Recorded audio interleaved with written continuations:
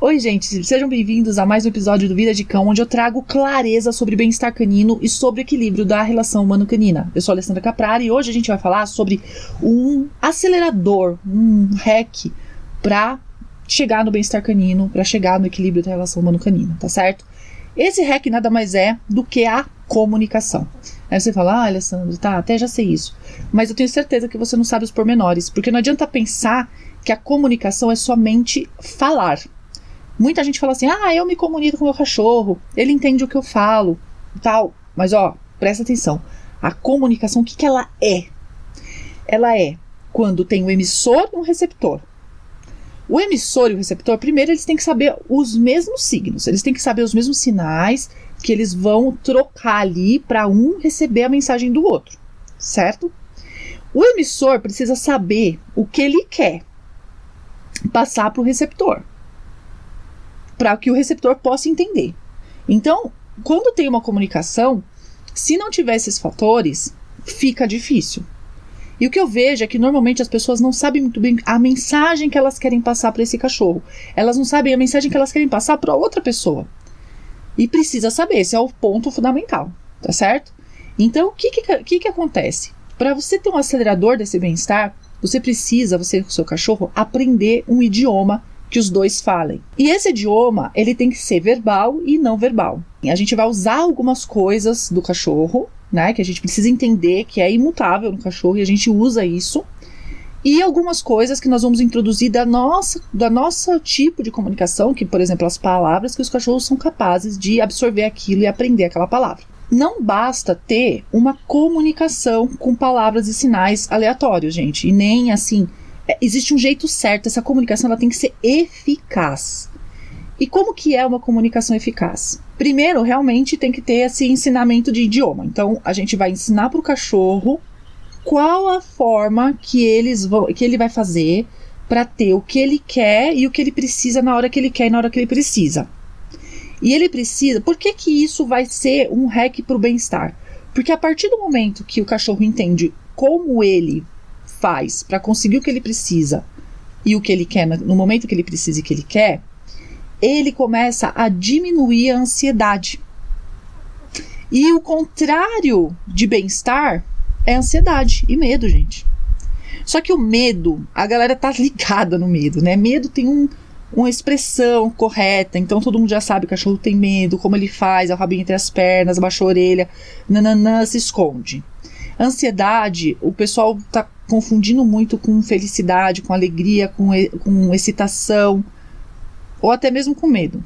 Mas na verdade é ansiedade. E essa ansiedade, como ela é uma situação que está ficando um pouco encoberta por algumas distorções, alguns equívocos, né, aí de entendimento de sinais do cachorro, eu me preocupo muito com isso, porque a ansiedade ela impacta diretamente no bem-estar do cachorro. Por que ela impacta? Porque o cachorro, ele entra em estresse, entende? Então, com a comunicação, mais pra frente eu vou falar isso, tá? Vou explicar direitinho como que é esse ciclo. Mas com a comunicação, o que você faz? Você deixa o cachorro seguro, você consegue colocar para ele uma previsibilidade. E essa previsibilidade é muito importante para ele se sentir seguro mesmo, é seguro, ele tem uma segurança que ele vai conseguir o que ele quer, o que ele precisa na hora que ele quer, na hora que ele precisa, mesmo que não seja naquela hora, entende? Que ele não vai ficar sem daquela coisa que ele quer e que ele precisa. Só que para isso, o que eu falei? Que a pessoa precisa saber o que ela quer. Então a primeira coisa é, a pessoa precisa saber o que ela quer comunicar para o cachorro e comunicar de forma assertiva e coerente. Por exemplo, o cachorro ele tem que ter certeza dos limites que tem na casa. Alessandra, ele não tem limite, mas calma que eu já vou falar sobre isso. Não dou bronca no meu cachorro. Guarda aí. já eu aboro. Você precisa ensinar para ele o que é sim e o que é não. Porque veja bem, gente, todo mundo que tem cachorro, todo mundo que se relaciona com alguém, todo mundo tem limite. Todo mundo tem limite. Se você souber e se você não souber. Só que o que acontece? Normalmente as pessoas têm limite, só que elas ultrapassam os próprios limites, ou elas desconhecem os próprios limites. E sabe o resultado disso?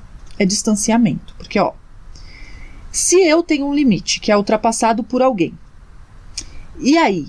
Esse alguém ultrapassa. E eu não coloco limite. Veja bem, o receptor, ele está ignorante. Ele não sabe que aquilo tá me machucando, tá me chateando. E aí a pessoa fala assim, mas eu não dou bronca nele. Não interessa. Porque o cachorro sabe, gente. O cachorro sempre vai saber. Eu tenho história aí de uma pessoa que me contou. Eu não dava bronca nele. Mas ele se encolhia todo porque ele sabia que estava fazendo coisa errada. Pois é, o cachorro sabe. Porque ele, quanto maior... Né, normalmente, uma pessoa que não dá limite pro cachorro... Que não dá limite não, né? Que não expressa claramente os limites pro cachorro...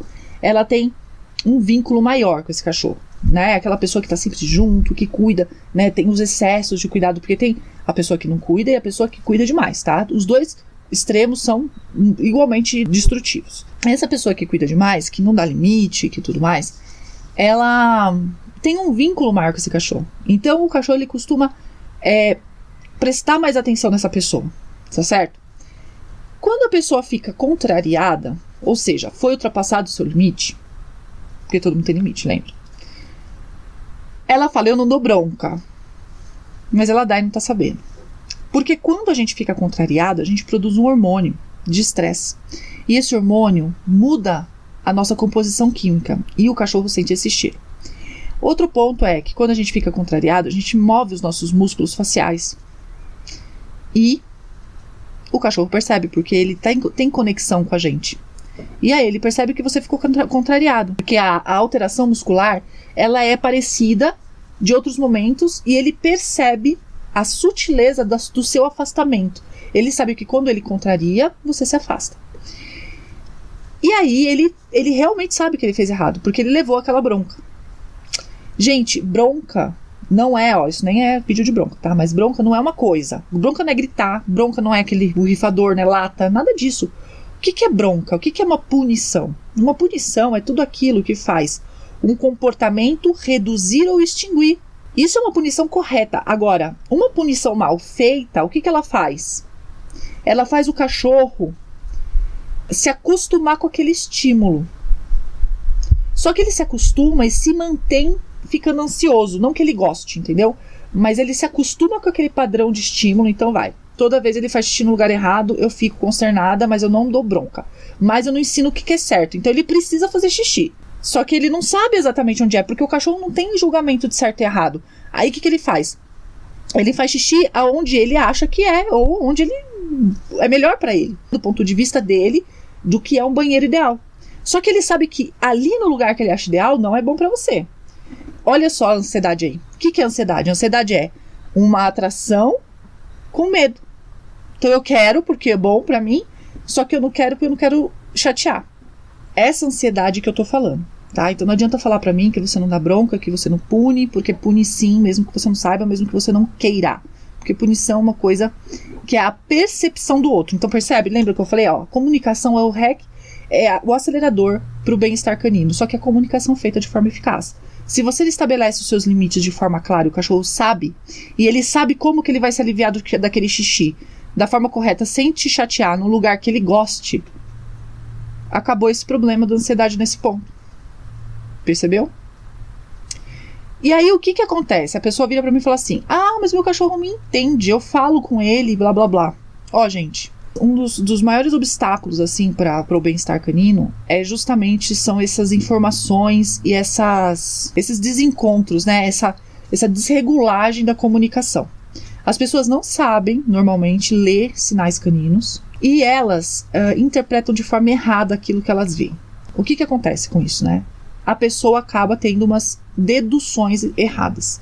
Então, por exemplo, o meu cachorro está me entendendo. Tá, quando você se relaciona com o cachorro, o que o cachorro mais quer na vida? É se relacionar com a gente. Mais do que com outros cachorros. Muito mais. É vital para eles que nós queiramos estar com eles, que nós olhemos para eles. Só olhar, tá, gente? É o suficiente. A atenção já é uma bomba de recompensa pro cachorro. E se o vínculo for grande, então nem se fala, tá? O poder disso fica gigantesco. E quanto mais escasso, maior também o poder dessa atenção. Aí você fica lá, blá blá blá, falando com o cachorro. Ele quer interagir com você, então ele vai interagir, ele vai fazer caras, ele vai fazer bocas.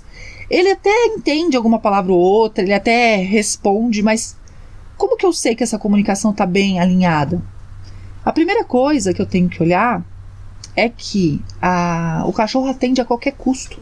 Ele vai atender mesmo. Ele entendeu que aquilo... Por quê? Não é que ele entendeu a palavra. Presta atenção. Ele entendeu que aquilo é o melhor para ele. Então, quando a comunicação é eficaz, o cachorro ele tem prazer em atender. Muito prazer. Ele não faz porque, deu na telha. É muito prazer em atender. Tá bom? Então, não é essa de, meu cachorro eu chamo, ele vem, não sei o quê. Mas é em qualquer lugar, com qualquer estímulo ao redor. Se você falar que sim, tá bom. Então, não precisa nem estar assistindo aqui, que você já tá ótimo. Mas, na minha experiência, 100% dos clientes que falam assim pra mim, não, meu cachorro me escuta. Quando eu vou perguntando, eu vejo que não é bem assim. Não escuta, não entende, não tá claro. É que o cachorro, ele vai fazendo tentativa e erro pra agradar a gente. Então, às vezes ele acerta, mas não que aquilo esteja claro pra ele. Um sinal básico que o cachorro não tá entendendo muito bem é uma abanação de cauda, só que é uma abanação frenética. Tá? Ele não tá relaxado, ele tá tenso e frenético. Porque as pessoas às vezes leem isso como alegria. E não é, o cachorro tá ansioso, porque ele não sabe exatamente o que fazer ali. Ele não tem certeza, ele suspeita, mas ela não tem certeza, tá? E isso é uma coisa muito importante. Quando a pessoa sabe o que ela quer comunicar, o cachorro passa a ter certeza do que a pessoa quer. Se a pessoa sabe os próprios limites e ela dá esses limites, e o cachorro entende, ele começa a respeitar esses limites e aí ele sabe o que fazer para conseguir aquilo que ele queria. Então, se ele queria atenção e antes ele pulava na tua cabeça, te dava uma cabeçada para conseguir atenção, agora ele sabe que se ele sentar na sua frente, ele vai ter atenção do mesmo jeito, sem o desagrado. Porque, Alessandra, mas eu não dou bronca nele. Ele dá cabeçada, eu sinto dó. Mas você sente dor, você faz careta. Não adianta, gente. Não, para de tentar mentir para cachorro, por favor. Tá? Ainda mais se o cachorro tem vínculo com você, ele sabe o que está acontecendo. Ele lê para além do que a gente imagina.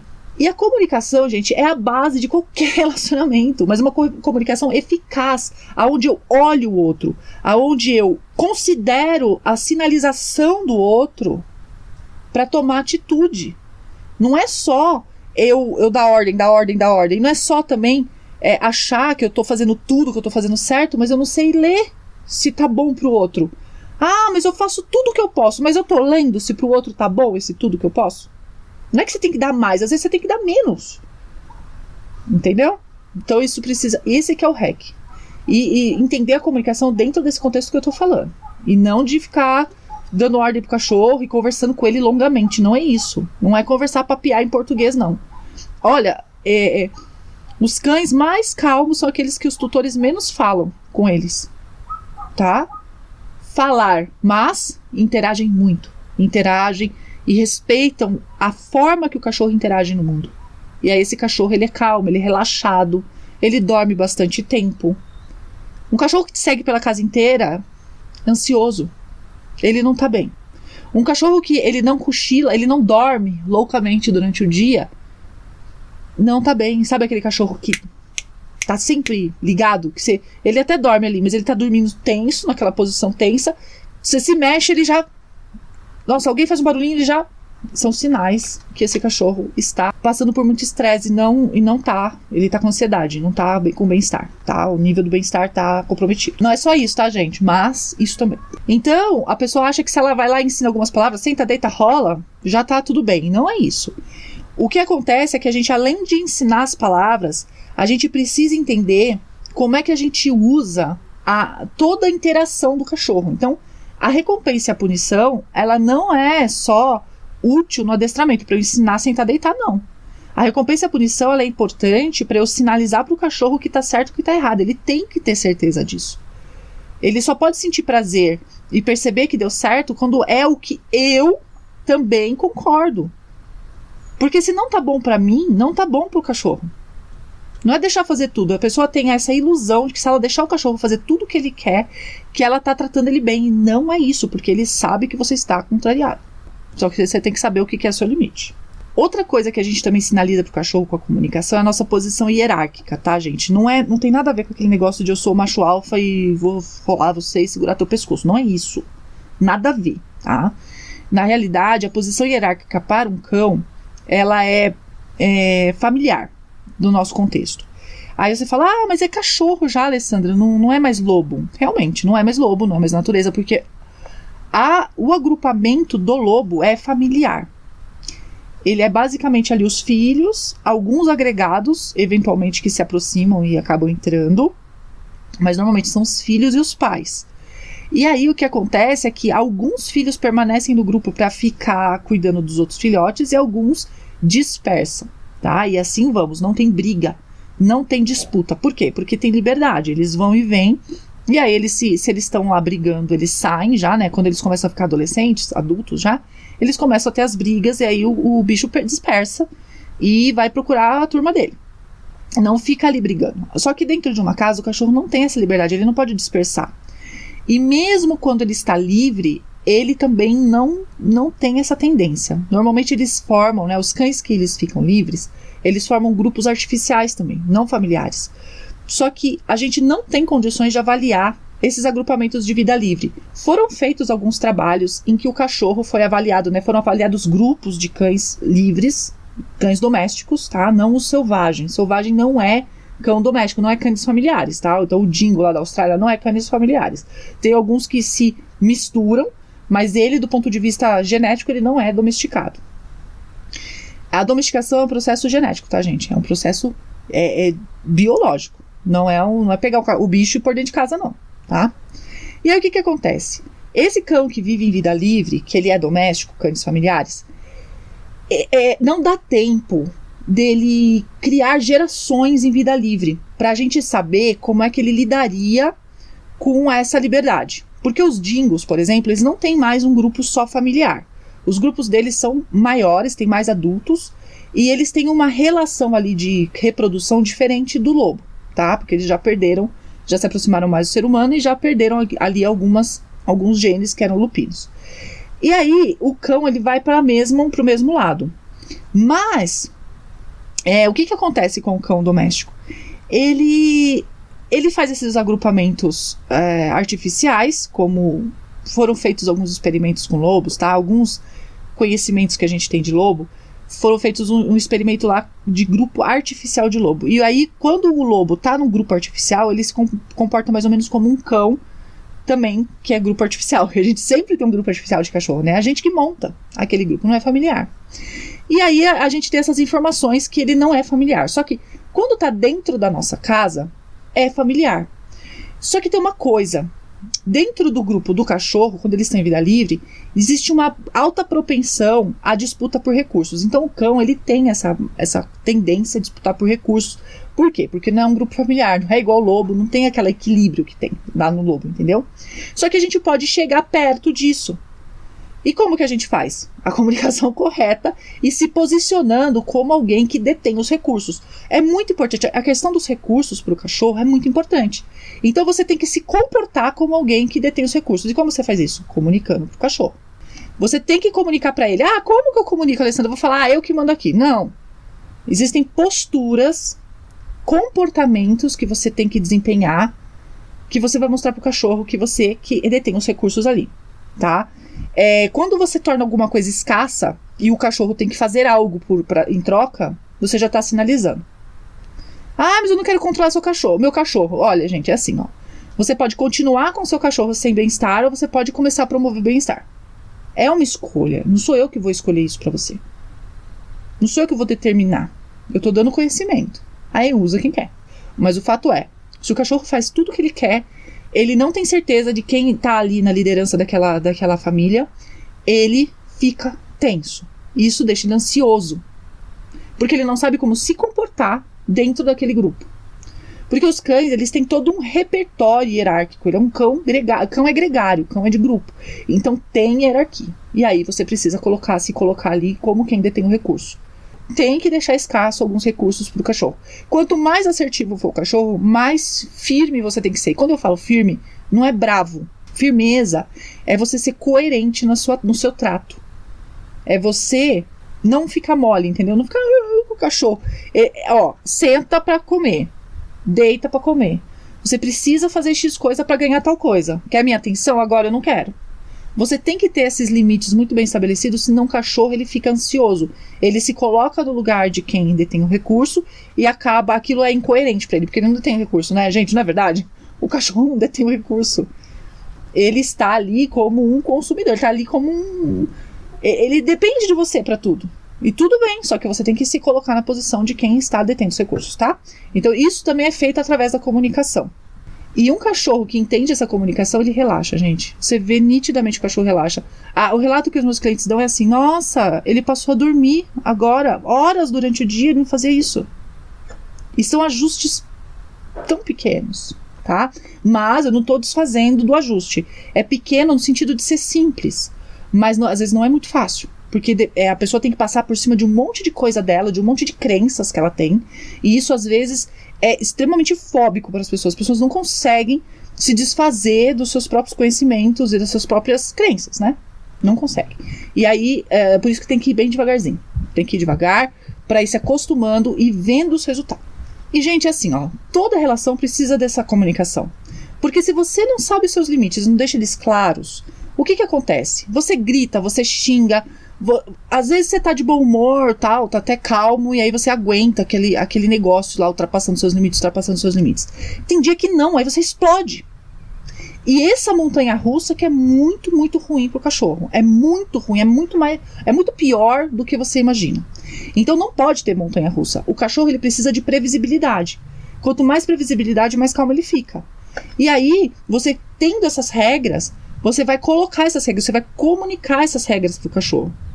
E ele vai aceitar, vocês vão ver como eles aceitam muito bem e eles ficam mais calmos. Basicamente, a gente tem que ter na manga um marcador de acerto e um marcador de erro. Aí você fala, isso é adestramento, Alessandra. Sim, eu tô falando de adestramento, só que eu tô indo além do que você entende sobre adestramento. O adestramento não é só pra ir lá sentar, deitar. O adestramento é pra você entender como comunicar, como eu tô falando. E aí você tem que ter esse marcador de acerto, que normalmente a gente usa o clicker, e o marcador de erro, que normalmente é o não. E aí o cachorro ele tem que entender os dois. Você precisa ensinar para ele como é que faz isso. Como sensibiliza o clicker, que não é o caso aqui, eu não vou ensinar como sensibiliza clicker aqui. Mas eu tenho vídeos no canal que ensinam como sensibiliza clicker. E é muito importante. E o clicker é um barulhinho que a gente faz com a boca ou qualquer som seco e curto que você faz antes de dar a recompensa. Porque o cachorro sabe que quando ele escuta aquele som, ele vai ter prazer, ele acertou. Quer dizer, primeiro ele associa com o prazer, depois ele entende que quando ele fez aquele barulhinho ele acertou. E aí a relação fica muito prazerosa, tá? Ele até vira um jogo, né? Vira um jogo de acertar o que você tá tentando dizer. Pra ele é muito divertido, quando é feito direitinho. E não, gente, o cão não vira um robô. A comunicação é uma coisa necessária. Você detém os recursos, não adianta tentar fingir, precisa colocar ordem pro cachorro, ele vai ficar mais calmo. Então, você vai precisar pôr esses limites. O cachorro não vai virar robô porque você quer que ele vire um robô? A comunicação em si, o adestramento em si, não faz nenhum cachorro virar robô. É uma ferramenta. O martelo em cima da mesa faz alguma coisa? Agora, se você catar o martelo e martelar um prego, você está fazendo alguma coisa. Se você catar o martelo e tacar na cabeça de alguém, é você que está tacando o martelo, não o martelo. Então o martelo não importa. Agora eu me pergunto para você, você quer transformar o seu cachorro num robô? Ou você tem medo do seu poder? Você tem medo de pegar a comunicação, pegar a ferramenta de adestramento e de repente você virar um fazedor de robôs, cachorros robô? Sabe? É só uma ferramenta. Depende de como você vai usar. Você tem que saber usar. E se você não usar certo, você vai usar errado. Porque todo mundo se comunica. Você está se comunicando a cada momento. Eu não acabei de falar que se você não der bronca, você está comunicando com o seu cheiro? Ou você vai controlar seu cheiro? Não vai. Então, você está comunicando, querendo ou não. Agora, você pode entender como comunica ou não entender e fazer e ao acaso. E ao acaso é o resultado que você está tendo. Se você quer continuar tendo esse resultado, parabéns, continua. Agora, se o resultado não está sendo o que você quer, então, está na hora de mudar alguma coisa. Não é não? Aí que está o ponto. Você não vai fazer robô. Não tem como. Certo? Tem como submeter um cachorro com adestramento? Lógico que tem. Tudo depende da intenção da pessoa que está usando. Então, controlar cachorro também, que tem gente que vira pra mim e fala assim, não vou fazer isso porque eu vou controlar meu cachorro. Você quer controlar seu cachorro? Você quer controlar ele? Você quer submetê-lo? Se você não quer, você não vai fazer. Você vai fazer corretamente. Você só vai usar a comunicação pra respeitar, pra deixar as coisas previsíveis, pra deixar as coisas mais legais pro seu cachorro. Pro seu cachorro e pra você também. Porque se você sentir prazer, você vai ficar bem, você vai criar mais histórias com o seu cachorro. Quando você fica chateado, presta atenção, quando a gente se chateia com alguma coisa, a gente quer afastar o outro. Por mais que você não queira, gente, presta atenção. É tudo associação do nosso cérebro com prazer e desagrado. Se eu tenho uma relação com você e você me desagrada toda hora, automaticamente, por mais que eu goste de você, automaticamente eu quero me afastar. Só que é uma coisa interessante, né? O cachorro, ele não pode ir embora, catar as coisas dele embora, né? Nem a gente faz isso às vezes, né? Por umas prisões emocionais. O cão, ele tem uma prisão física e tem uma prisão emocional, que é a dependência total emocional do ser humano. O cão é um dependente emocional do ser humano. Ele precisa de nós. E físico também, material. Então, o cachorro, ele não pode fazer as coisas dele ir embora. E você, o que você acaba fazendo? Você se afasta do cachorro. Quando o cachorro, ao invés de pedir carinho sentando na sua frente, ele sobe em você e te arranha inteiro, sem perceber você se afasta dele. Você fica um tempo um pouco assim. Isso pra ele é a morte. Então você quer continuar agindo dessa forma? Percebe? Tudo tem uma consequência. E o abandono dentro de casa é o pior abandono que existe, porque ninguém enxerga. Ninguém enxerga abandono, gente, dentro de casa. Todo mundo acha que abandonar é minhas galinhas, tá? Vocês estão escutando barulho? Galinha pulando, que elas vão começar a dormir nessa árvore que tá aqui atrás. Se você começar, se você entende o abandono, o cachorro na rua. E quem entende o abandono dentro de casa? Aquele cachorro que fica ali no canto.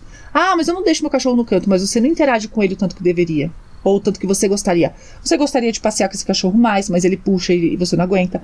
Você gostaria de interagir mais com ele, mas ele morde sua mão, você não aguenta, aí você brinca menos do que você gostaria, ou mesmo menos do que você poderia. Você gostaria de viajar com ele, mas você não consegue porque ele não entra no carro, ele late, ele morde todo mundo e você não consegue, então tem que deixar o cachorro, ou você para de viajar. Percebe?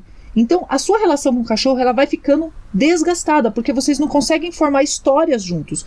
Olha só que gostoso você conseguir viajar com o seu cachorro. Quanta história você vai ter com ele? Quanta foto você vai ter com ele na sua viagem? Olha, eu viajei com o meu cachorro. É possível ir com ele. Ele não me dá trabalho. Ele vai, ele gosta, ele se diverte, ele... Sabe? E isso é melhorar a relação. Um cão abandonado é um cão com quem a pessoa que está com ele não consegue se relacionar o tanto que ela gostaria ou o quanto que ele mereceria.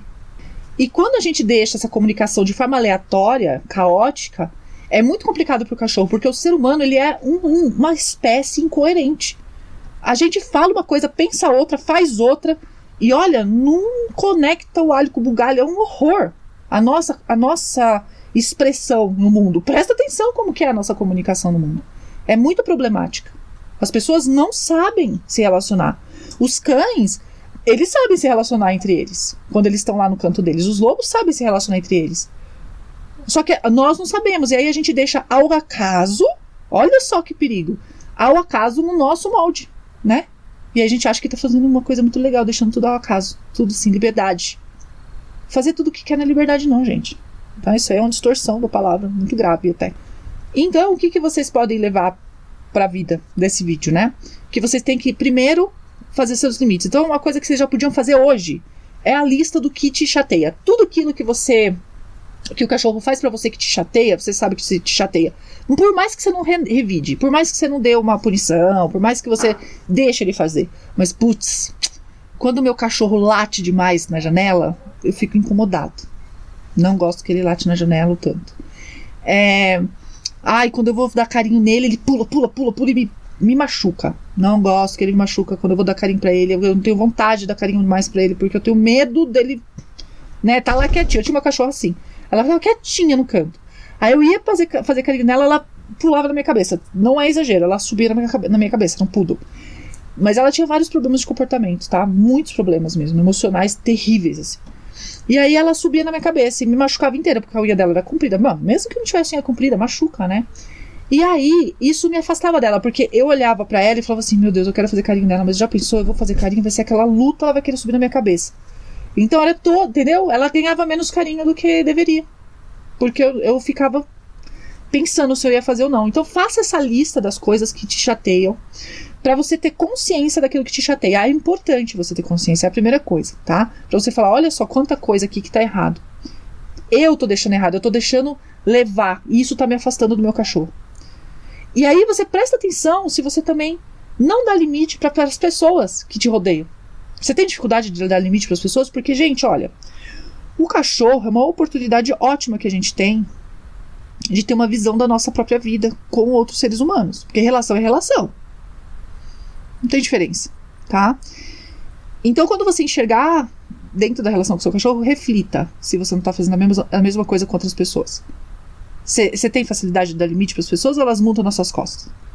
Aí você faz uma lista também do que o cachorro gosta de fazer com você ou sem você. O que ele gosta de fazer? Observa.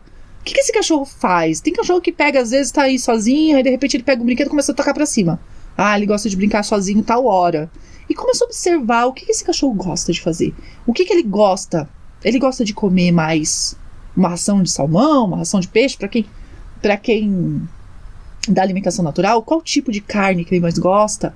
Ele gosta mais de verdura? Ele gosta de fruta? Ele gosta de laticínio? O que ele gosta de fazer com ou sem você? E também uma lista, faz o diáriozinho, tá? É bonitinho fazer diário. Eu estimulo meus clientes a fazerem diário. E a última lista é do que você gostaria que o seu cachorro fizesse ou que vocês pudessem fazer juntos e vocês não fazem. E ganhe consciência. Toma consciência disso, tá? Pra vocês verem.